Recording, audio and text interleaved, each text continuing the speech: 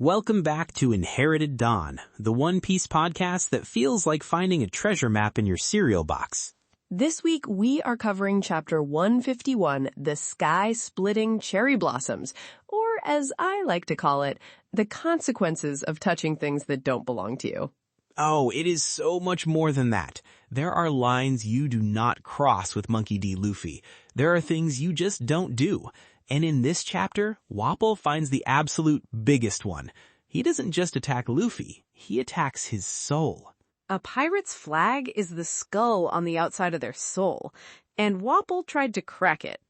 Exactly. It's the promise, the dream, the whole reason you set sail in the first place. If you believe a crew's Jolly Roger is more than just a piece of cloth, if you know it's the heart of their dream, then you should probably be part of this crew. Hit subscribe and sail with us. Let's get into it. The chapter opens with the villagers on a ropeway tram heading up the mountain. A very precarious-looking piece of machinery, I might add. Yeah, they're using one of Dr. Kureha's old routes to get up to the castle. Dalton is with them, patched up but still in rough shape, and he's flashing back. We finally see exactly what went down between him and Wapol before Wapol fled the island. It's brutal. Wapol is holding a meeting, gloating about how he drove out the country's best doctors and kept them for himself. He sees it as a brilliant strategic move to control the populace through their need for health care. And Dalton just can't take it anymore. He stands up to Wapol, telling him he's useless as a king because he has no love for his people. He lays it all bare. A king who hoards the doctors is no king at all. It's one thing to think that, Franky. It's another to say it in a room full of armed guards, to the face of a man who has absolute power over your life. He calls him a fool to his face. For a subordinate to say that to a monarch, that's a death sentence, and Wapol delivers. He doesn't have his guards do it. He personally beats Dalton to within an inch of his life. It's not a fight, it's a punishment. It solidifies Dalton's character completely. We already knew he was a good man, wrestling with his conscience, but this shows his backbone is made of steel. He would rather die telling the truth than live serving a tyrant. He saw the path the kingdom was on and chose to stand in front of the metaphorical train. And the way Wapol does it is so telling. He's laughing. He's enjoying the cruelty. There's no sense of a king punishing a traitor. It's a bully enjoying the power he has over someone weaker. It's the ultimate contrast of what a leader should be. Wapol thinks the kingdom is there to serve him. Dalton knows the leadership is there to serve the kingdom. This is a theme that comes up again and again, and I think it's one of the core ideas of the entire series. We see it with Cobra in Alabasta, who is willing to let his entire country fall to ruin if it means saving his people. We see it with King Riku in Dressrosa, who would rather be hated and reviled than see his subjects slaughtered. The idea that a true king is the greatest servant of his people. And Wapol is just the absolute bottom of the barrel. He's all ego and appetite. The flashback shows him just wailing on an unarmed Dalton. There's no honor, no strength, just petty, cruel power. He's not even a good villain. He's just a bad person who happens to be in charge. I think that's an important distinction. We've seen villains with a certain grandeur or a twisted philosophy, like Crocodile or Doflamingo. Wapol is just a gluttonous child with a crown. His evil is banal, which almost makes it more infuriating. It also explains why the villagers trust Dalton so implicitly now. They saw his loyalty. He bled for them long before Luffy ever showed up. He tried to stop this nightmare from the inside. Which makes his presence on that tram heading back up the mountain so much more meaningful. He's not just going to fight a king, he's going to finish a conversation that was interrupted by a brutal beating years ago. So while he's remembering this, the real-time fight between Luffy and Wapol is still raging on top of the castle. Wapol is trying to pull rank, and it is hilarious. He threatens Luffy with the wrath of the world government. He says he's a king recognized by the world, and if anything happens to him, the Marines will hunt him down. He's playing his one and only trump card, his political status. And Luffy's response is just perfect. He does not care, not one bit. His face is just this blank, impatient slate. This guy who thinks his title is a shield just ran into the one person in the world who sees titles as targets. It's such a fundamental aspect of Luffy's character. He doesn't operate on the world's established power structure. He has his own. Is this person a good guy? Is this person a bad guy? Are they hurting my friends? Are they making Nami cry? That's it. That's the entire flowchart. The world government is just a name to him. It's like threatening a honey badger with a parking ticket. He doesn't have the context for what that threat even means, and even if he did, it wouldn't matter. You hurt his friends, you're the enemy. End of story. And this moment, I think, is a microcosm of the entire story to come. The world government's power is built on reputation, on influence, on the idea that they are the ultimate authority. Luffy is a direct threat to that because he simply doesn't recognize it. He only recognizes tangible strength, and more importantly, strength of conviction. Wapol has neither. Exactly. He's all title, no substance. And in his panic, Wapol tries to eat Luffy's hand while Luffy is grabbing his face. A desperate, almost pharaoh move. But with Luffy's power, his arm just stretches out of Wapol's mouth. It's the perfect counter. The power of consumption is completely negated by the power of infinite elasticity. You can't eat something that won't tear. It's one of my favorite little devil fruit interactions in the early series. It's such a brilliant interaction. He wasn't just given a generic stretchy power, he was given the properties of rubber. And rubber is indigestible. Wapol's primary weapon is useless. It's a beautiful little detail. It renders Wapol's entire identity powerless. He is the man who consumes, and he has run into the one thing he cannot. So he escalates. He has to find another way to fight. He turns his own mouth into a cannon and fires point blank at Luffy, a whole cannonball. He literally eats and weaponizes his own armory. We've seen Luffy take cannonballs before, back in East Blue. It's almost his signature durability feat at this point. But the visual of it coming out of a man's mouth is just uniquely Wapol. It's grotesque and kind of pathetic. And the smoke clears and Luffy is just standing there, unscathed, still holding Wapol's face. He didn't even flinch. He never let go. That's the part that gives me a chill. It wasn't about tanking the hit. We know he can do that. It was about the fact that the hit was so irrelevant to his goal, which was to hold on to this man and punch him, that he didn't even reset his grip. The explosion was just an inconvenience. That's what makes Luffy so terrifying in a fight. His focus is absolute. Once he's decided you're going down, nothing else registers. Explosions, threats, weird devil fruit powers, it's all just noise. He is a creature of pure, undistracted intent. I imagine for Wapol, that must be the most terrifying thing in the world. He just used what he must consider a powerful secret weapon, point blank, and his opponent's expression did not change. The psychological damage of that is probably worse than any physical hit. He's gone from panicked to utterly terrified. He's run out of tricks. And as Luffy is holding on to Wapol, we switch back to the tram. The tension is rising there too. Dalton has something to say to the villagers. Yeah, he tells them to stay clear of the castle when they arrive, because he's not planning on just taking it back. He's not there to negotiate or even win a fight. He pulls out dynamite. He's going to blow the entire castle to rubble, the seat of the monarchy, the home of the man who tormented them. He's going to erase it. Which is so intense. This isn't just about defeating Wapol for him. It's about erasing the very symbol of his oppressive reign from the face of the island. He wants to salt the earth. He believes the symbol itself is corrupted beyond saving. It shows his desperation and perhaps a bit of his own guilt. He was part of that system. He stood by Wapol's side for years. He sees no way to reclaim the symbol, only to destroy it, to start fresh from a pile of ash and snow. It's a very revolutionary mindset, actually. Burn the old world to build the new one.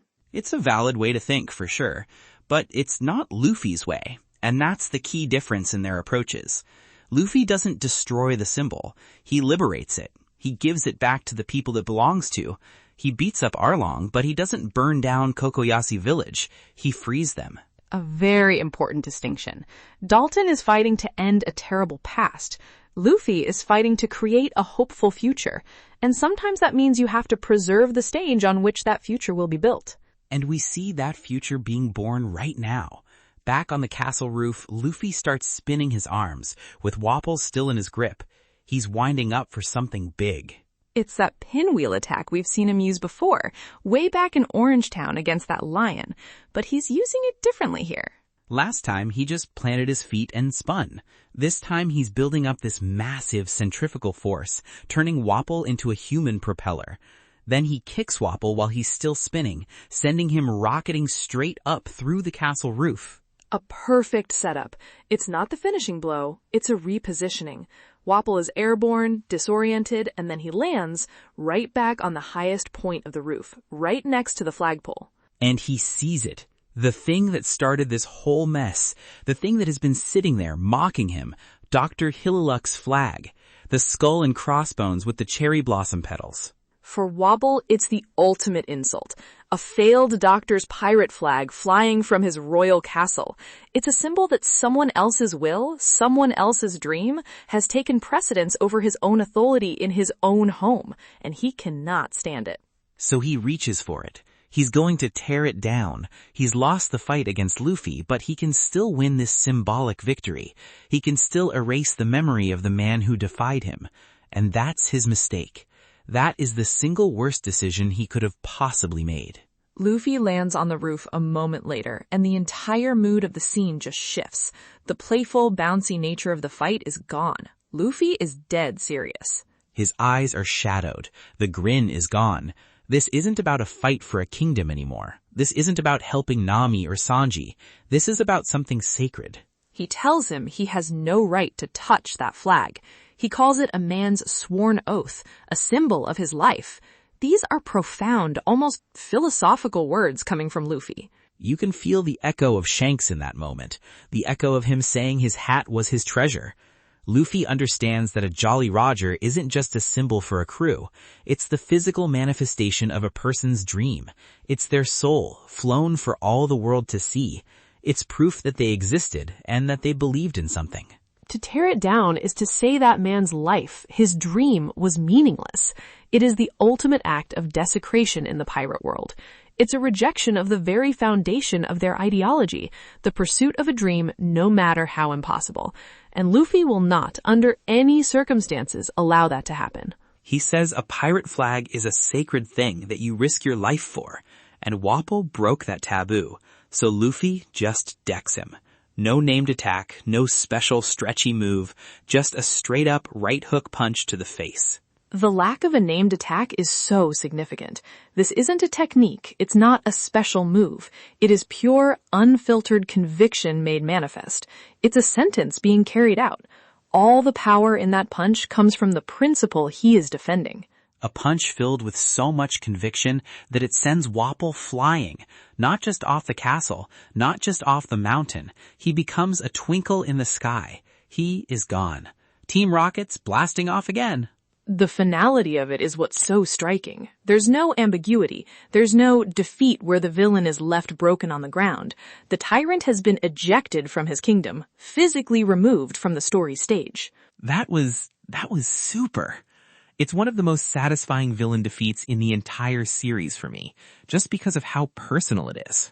And all the villagers down below, on the ground and on the tram, they see it.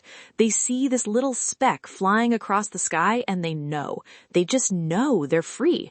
There's this collective silent understanding and then it just erupts into cheers. They don't even know who Luffy is.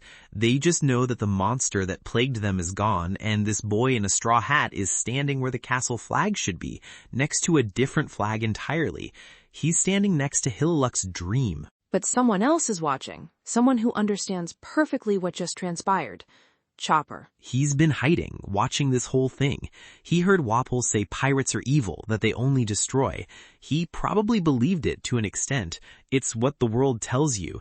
And he just watched a pirate risk his life to protect his father's flag. The flag that everyone else on the island, maybe even Dalton, called a symbol of a quack doctor's foolishness. Luffy, a total stranger, saw it and immediately understood its value. He didn't need a backstory or an explanation. He saw the skull and crossbones and knew it was a symbol of a life lived with conviction. He recognized it as a treasure. It completely rewires Chopper's understanding of the world. Think about his life. He was rejected by his reindeer herd for being different. He was feared and shot at by humans for being a monster. The only people who ever showed him true kindness were 2 doctors, one of whom is gone. He's lived a life of total rejection. And he believed pirates were the worst kind of people, the ultimate villains. His entire worldview was likely a very simple one. There are monsters, there are humans who fear monsters, and there are doctors who heal. And in one single moment, Luffy shattered that entire framework. He showed him what a pirate could be, not a destroyer, but a protector of dreams. It's the moment Chopper's faith in people, not just pirates, is reignited. He sees a path forward for himself that isn't just hiding in a castle with Dr. Kureha. And that brings us to the end of the chapter. Wapol is defeated, the kingdom is liberated, and Chopper has just had a life-altering epiphany. The pieces are all in place for the emotional climax of the arc. What a payoff. This idea of the sanctity of the flag has been building since Chapter 1 with Shanks and Higuma, and this is the first time we see Luffy defend someone else's flag with the same passion he'd defend his own. It's a huge moment for him as a character. It shows he's not just fighting for himself anymore. It shows his capacity to inherit the will of others. He didn't know Hiluluk, but he understood his dream through that flag. He saw the conviction woven into the cloth. It's right there in the title of our show, The Inherited Dawn. This is one of the most literal examples of it in the series. Beautifully put. He didn't just save a country. He validated a man's entire life. And in doing so, he saved Chopper's heart. This chapter hits on so many levels. Okay, but think about what this means for the crew dynamic. Up until now, every member has joined because Luffy directly offered them a hand or saved them from their own immediate crisis. Right, he saved Zoro from being executed, he beat Arlong to save Nami's village, he defended Usopp's home, he saved Sanji's restaurant. It was always a direct intervention in their personal story. This is different. He wasn't fighting for Chopper, not directly. He didn't even know Chopper was there for most of the fight. He was fighting for a principle that Chopper held dear. He earned Chopper's loyalty by being true to himself, not by trying to recruit him. That's a great point. This wasn't a performance. This is just who Luffy is. He sees a dream being trampled on and he steps in. It's an involuntary reflex.